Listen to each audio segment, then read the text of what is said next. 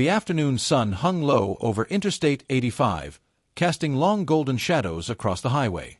Traffic moved steadily, the usual mix of commuters, delivery trucks, and travelers heading out of the city. Inside a black SUV moving calmly in the center lane sat Brigadier General Alana Brooks. Her posture was straight, relaxed, but disciplined, the kind of posture that came from decades in the military. At 52 years old, Brooks had spent more than half her life serving her country. She had commanded logistics operations in 3 different overseas deployments, advised Pentagon leadership during multiple national crises, and earned a reputation among her peers as someone who handled pressure better than almost anyone. But at this moment, she was simply driving home. Her uniform jacket hung neatly in the back seat. She had changed into civilian clothes after leaving a defense briefing earlier that afternoon. To anyone passing by, she looked like any other professional heading home after work. The highway ahead stretched quietly into the distance.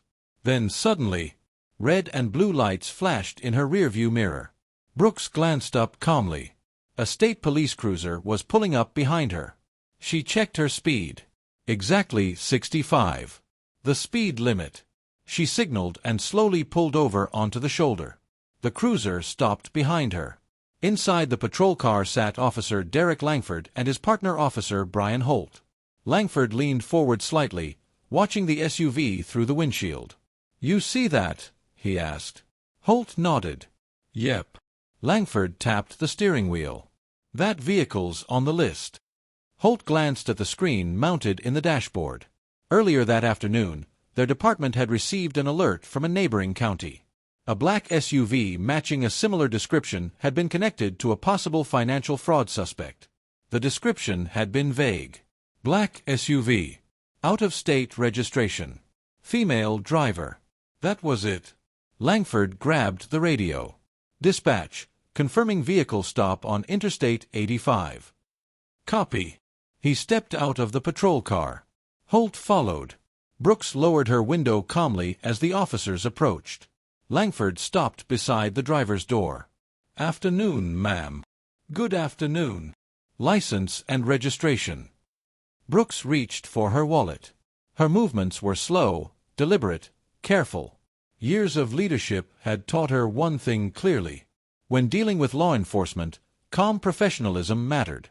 She handed the documents to Langford. The officer looked them over briefly. Then his expression shifted slightly. "You traveling alone?" "Yes." "Where are you headed?" "Home." Langford studied her face. Something about the situation felt slightly off. Not suspicious exactly, but something. "You been in town long?" "I work here." Langford nodded slowly. Holt walked around the vehicle, scanning the interior through the windows. Everything looked clean, orderly, professional. Langford handed the license back.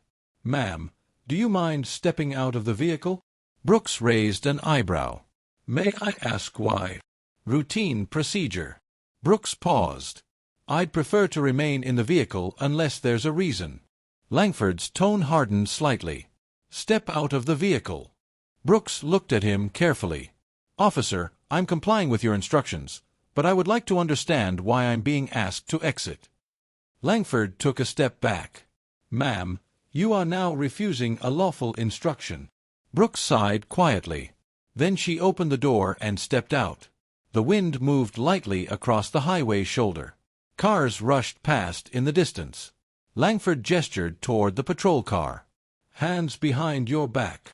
Brooks froze. "I beg your pardon. You're being detained." "For what reason?" Langford's voice grew sharper. "Hands behind your back." Brooks looked at Holt, then back at Langford. "I believe there's been a misunderstanding." Langford pulled out handcuffs.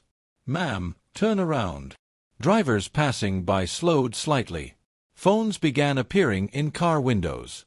Brooks slowly turned around. Not out of fear. Out of discipline. Years of military training had conditioned her to remain calm even when situations escalated unexpectedly. The cold metal cuffs clicked around her wrists. A small crowd had already started forming near the shoulder of the highway. One driver stepped out with a phone raised. Recording. Brooks remained still. Langford guided her toward the patrol car. "You're being detained while we investigate." Brooks nodded slightly. "Officer, I understand you're doing your job." Langford said nothing. "But I need you to listen carefully," Brooks continued. "Go ahead." "There has been a mistake." Langford placed her beside the cruiser. "We'll sort that out." Brooks looked directly at him. "My name is Brigadier General Alana Brooks." Langford blinked. "General?" "Yes." Langford smirked slightly. "Ma'am, people claim a lot of things during traffic stops." Brooks didn't react. Instead, she said something calmly.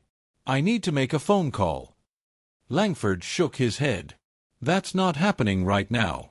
Brooks looked toward the horizon for a moment. Then back at the officer. "You should reconsider." Langford crossed his arms. "And why is that?" Brooks answered quietly. "Because the number I'm about to call." She paused. "Goes directly to the Pentagon." Langford laughed. "Sure it does."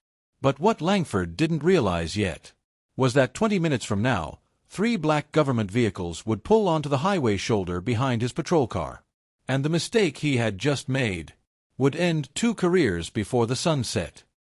The wind rushing past the highway shoulder carried the constant roar of traffic. Cars slowed slightly as drivers noticed the scene. A black SUV pulled over, a patrol car behind it, and a woman standing beside the cruiser with her hands cuffed behind her back. Several people had already begun recording. Officer Derek Langford leaned casually against the hood of his patrol car while his partner Brian Holt stood a few feet away, watching the small crowd forming near the roadside. Inside the patrol car radio, dispatch crackled quietly. Langford looked toward the woman they had detained. Alana Brooks stood calmly beside the cruiser. Even with handcuffs on her wrists, she carried herself with the same composure she had maintained since stepping out of the vehicle. Her posture remained straight. Her breathing steady. There was no panic in her expression. That calmness bothered Langford more than he expected. Most people reacted very differently when handcuffed on the side of a highway. Anger, fear, pleading. Brooks did none of those things. She simply waited. Finally, she spoke again. "Officer Langford." He looked up. "Yes. I would like to make that phone call now." Langford shook his head. "Ma'am, I already told you, that's not happening right now." Brooks nodded slowly. "I understand your hesitation." "Good.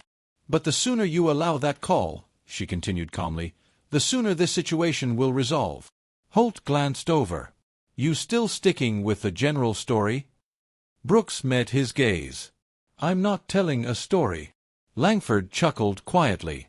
"Look, ma'am, we've heard everything." "I'm sure you have." "Doctors, lawyers, senators." Brooks gave a small nod.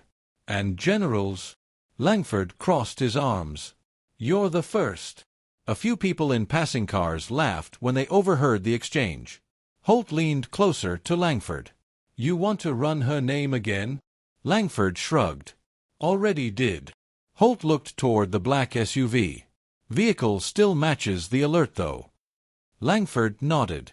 Earlier that day, the department had circulated a regional notice about a suspected fraud suspect driving a black SUV. The description had been vague. Female driver. Dark SUV. Possibly traveling through the area.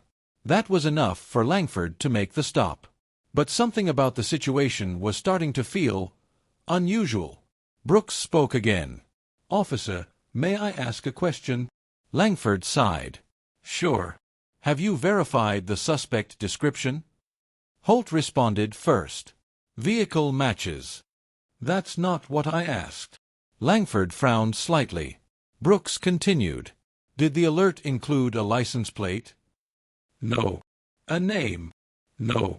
"Any identifying features beyond a vehicle description?" Holt hesitated. "Not really." Brooks nodded slowly.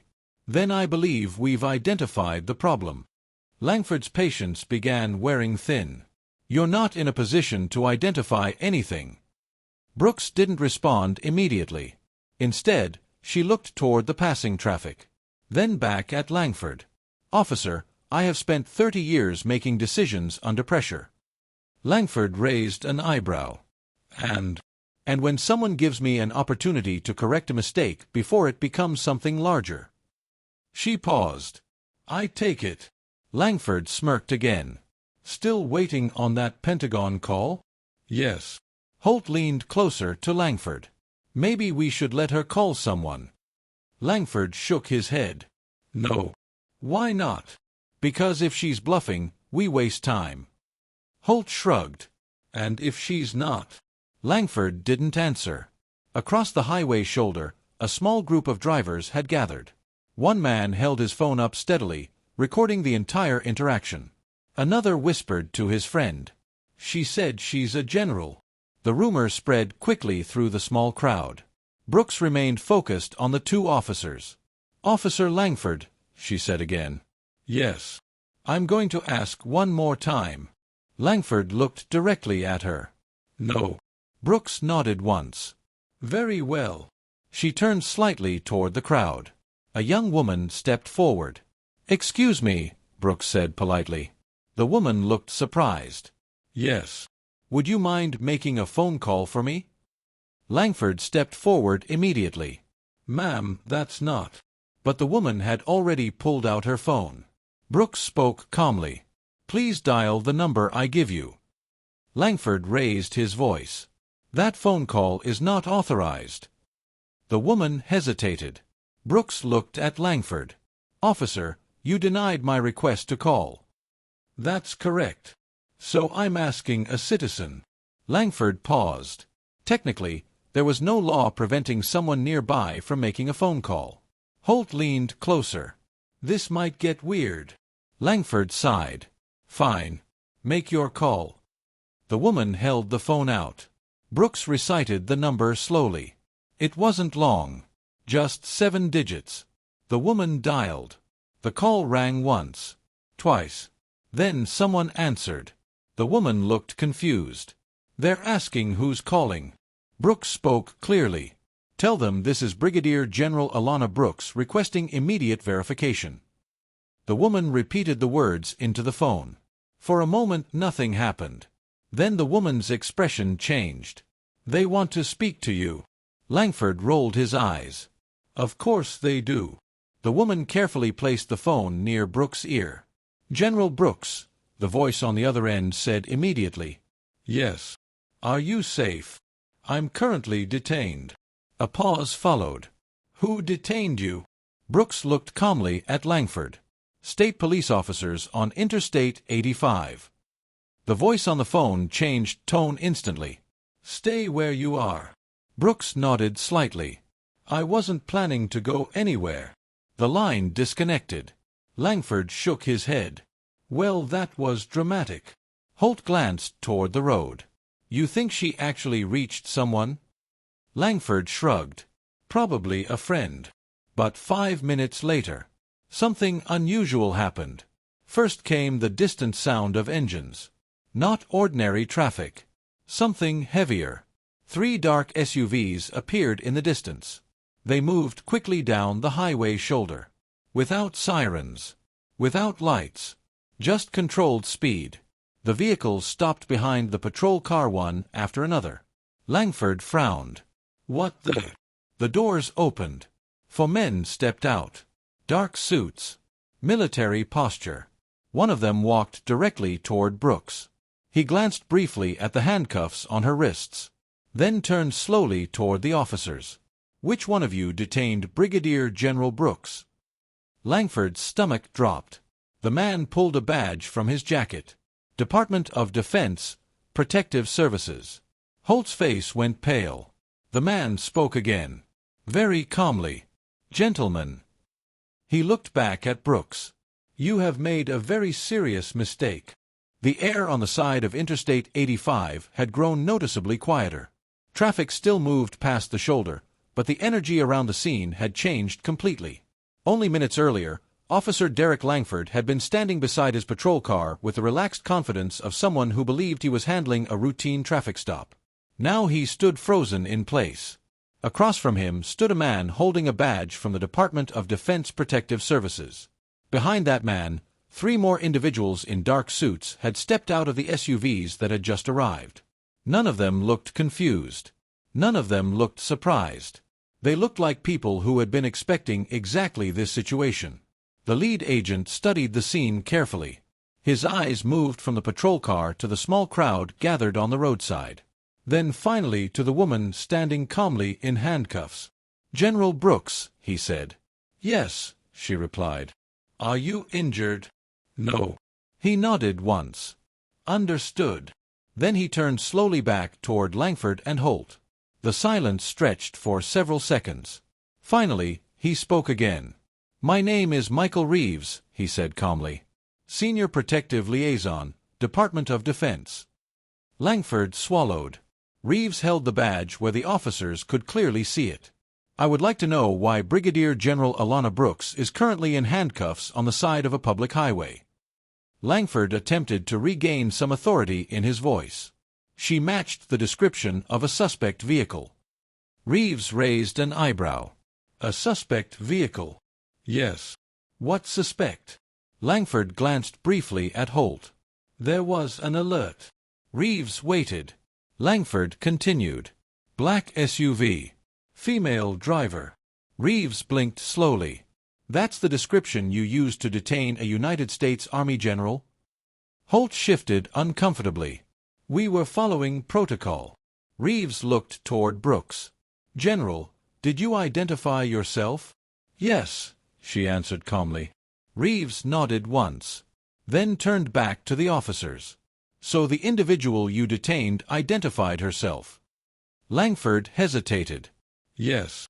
"And you confirmed that identification?" Langford didn't answer. The crowd nearby had grown larger. More drivers had pulled over.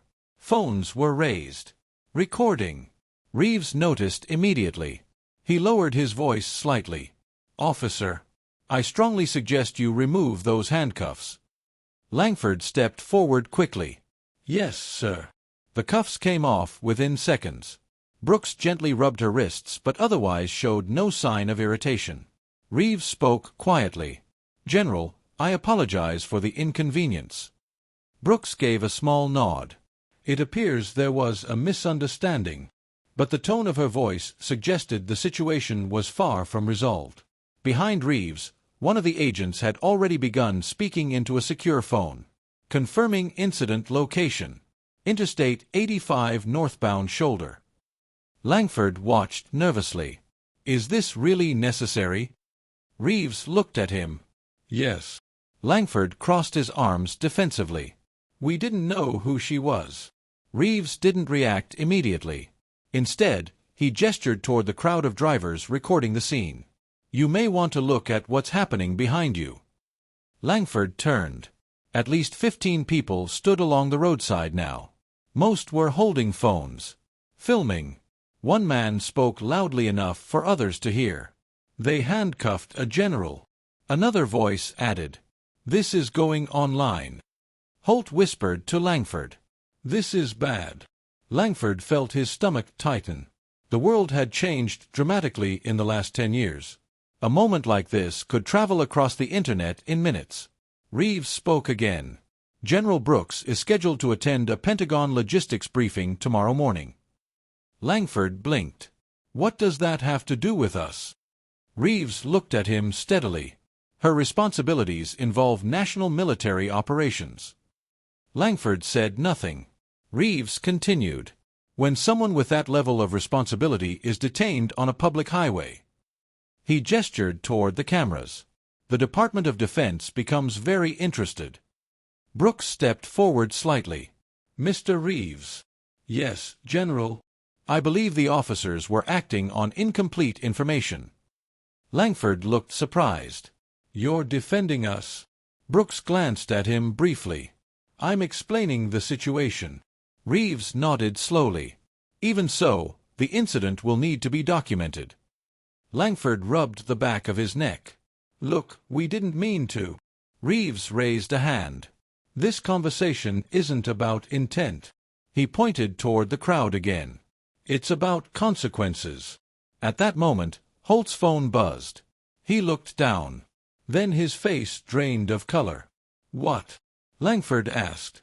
Holt turned the screen. A video was already circulating online. It showed the moment Brooks had been placed in handcuffs. The caption read, "State Police handcuff U.S. Army General on highway." Langford felt the blood leave his face. How long has that been up? Holt swallowed. 4 minutes. Reeves sighed quietly. That was faster than I expected. Across the road, the man who had first started recording spoke loudly. 20,000 views already. The situation had moved beyond the roadside, beyond the officers, beyond even the Department of Defense. The Internet had already decided the story. Brooks looked toward the horizon for a moment. Then she turned back to Langford. "Officer." "Yes, ma'am. I understand you believed you were performing your duty." Langford nodded. "But leadership requires accountability." Langford felt his throat tighten. "Yes, ma'am." Behind them, Reeves' phone buzzed. He answered immediately. "Yes." He listened, then looked toward Brooks. "Yes, she's here." Another pause. Then Reeves nodded. "Yes, sir." He hung up. Langford watched nervously. "What now?" Reeves slipped the phone back into his jacket. "That was the Pentagon." Langford's stomach dropped again. "And?" Reeves answered calmly. "They would like a full explanation." Holt whispered quietly. "To who?" Reeves looked directly at the two officers. "To your department." At that moment, another vehicle arrived. A local police supervisor's SUV. The department had clearly been alerted. As the supervisor stepped out, Reeves looked back at Langford one last time. "You may want to start preparing that explanation now." Langford stared at the ground. Because something had become painfully clear. The moment he had laughed when Brooks mentioned calling the Pentagon was the moment his career had begun unraveling. And by morning, the entire country would know about it. The flashing lights from the patrol cars continued to reflect across the wet pavement of Interstate 85. But the energy on the roadside had completely changed. Only an hour earlier, the traffic stop had looked like a routine law enforcement interaction. Officer Derek Langford and Officer Brian Holt had believed they were doing exactly what their training required. Now they stood beside their patrol car, silent. Not because they had nothing to say, but because the situation had grown far beyond anything either of them had expected. Across from them stood Brigadier General Alana Brooks, her posture calm and composed despite everything that had happened. Behind her, Michael Reeves, the senior liaison from the Department of Defense, had stepped aside to speak with the local department supervisor who had just arrived. The supervisor, Captain Laura Jennings, had stepped out of her vehicle with a tense expression. She had clearly received the call that something serious had happened on the highway. Jennings approached slowly, glancing first at the small crowd still gathered nearby. Many of them were still recording. She then looked at the 3 black government SUVs parked behind the patrol car. Finally, she turned to Reeves. "Captain Laura Jennings," she said, offering a quick nod. "State Police." Reeves returned the gesture. "Michael Reeves, Department of Defense." Jennings took a slow breath. "I understand there's been an incident." Reeves glanced toward Langford and Holt. "That would be a fair description." Jennings looked at Brooks. "Ma'am, I want to apologize for what happened." Brooks met her eyes calmly. "Captain, the situation appears to have been the result of incomplete information." Jennings nodded. "Yes." But her attention quickly shifted back to the 2 officers standing beside the patrol car. Officer Langford. Officer Holt. Both men straightened immediately. "Yes, ma'am." Jennings crossed her arms. "I'm going to ask a very simple question." Neither officer spoke. Jennings continued. "Did either of you verify the identity of the person you detained?" Langford swallowed. "No, ma'am." Jennings' expression hardened. "Did you attempt to confirm her claim when she identified herself?" Holt looked down. "No, ma'am." Jennings exhaled slowly. Around them, several drivers had begun leaving now that the most dramatic moment had passed. But the damage had already been done. The video had spread far beyond the highway. Inside the patrol car, Holt's phone buzzed again. He glanced at the screen. The number of views had jumped dramatically. "Captain," Holt said quietly. Jennings held up a hand. "Not now." Reeves stepped closer. "Captain, the Department of Defense will be filing an official report regarding the incident." Jennings nodded. "I expected that." Reeves spoke carefully. "The General's travel schedule and responsibilities require a certain level of coordination with federal agencies." Jennings understood immediately. "This is going to be reviewed." "Yes." Jennings turned back toward the two officers. Langford looked exhausted. "What happens now?" he asked quietly. Jennings didn't answer immediately. Instead, she looked toward the horizon where the sun was beginning to set. Then she spoke calmly. "Right now, you two are relieved of duty pending investigation." Langford felt the words hit like a physical blow. "Relieved?" "Yes," Holt whispered. "Captain, we were just doing—" Jennings cut him off. "You detained a senior military officer on a public highway without confirming her identity." The statement hung heavily in the air. Brooks stepped forward slightly. "Captain Jennings." Jennings turned. "Yes, General. I do not believe these officers acted with malicious intent." Jennings nodded respectfully. "That may be true." She looked back at Langford and Holt. "But leadership requires accountability." Langford closed his eyes briefly. He understood exactly what she meant. A mistake made under pressure could sometimes be forgiven. But failing to verify information, ignoring an identification, and dismissing a request to contact federal authorities, those were errors that departments took very seriously. Reeves' phone buzzed again. He answered quickly. "Yes." He listened for several seconds, then looked toward Brooks. "The Secretary's office has been informed." Jennings raised an eyebrow slightly. "That fast?" Reeves nodded. "The video is already being discussed in Washington." Langford felt his chest tighten. Washington. The word alone carried enormous weight. Across the road, the last of the drivers pulled away. The scene had grown quiet again. But the consequences were only beginning. Brooks turned toward Langford. "Officer." Langford looked up slowly. "Yes, ma'am. I want you to understand something." He nodded. "This incident is not about embarrassment." Langford waited. "It is about responsibility." Langford felt a lump forming in his throat. "Yes, ma'am." Brooks studied him for a moment. "You had authority." "Yes." "And authority must always be used carefully." Langford nodded again. The silence stretched across the highway's shoulder. Then Jennings spoke again. "Officer Langford." "Officer Holt." Both men stood straight. "You will report to headquarters tomorrow morning." Langford already knew what that meant. An internal affairs investigation. Review boards. Policy evaluation. Possibly disciplinary action. Possibly worse. Jennings continued. "For now, you will surrender your duty weapons and return to the station." Langford slowly removed the holstered firearm from his belt. Holt did the same. Jennings accepted them both. Reeves watched the process quietly. Then he turned toward Brooks. "General, our vehicle is ready." Brooks nodded. She walked toward the SUV but stopped briefly beside the two officers. For a moment, neither Langford nor Holt knew what to say. Finally, Brooks spoke. "I hope this moment becomes a lesson." Langford looked down. "Yes, ma'am." She then stepped into the waiting vehicle. The door closed. Within seconds, the three black SUVs pulled away from the roadside and disappeared into traffic.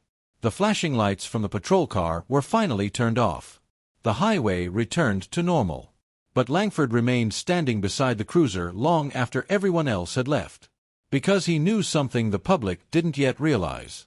The investigation hadn't even begun. And by the time it ended, the traffic stop that had lasted only 30 minutes would follow him for the rest of his life.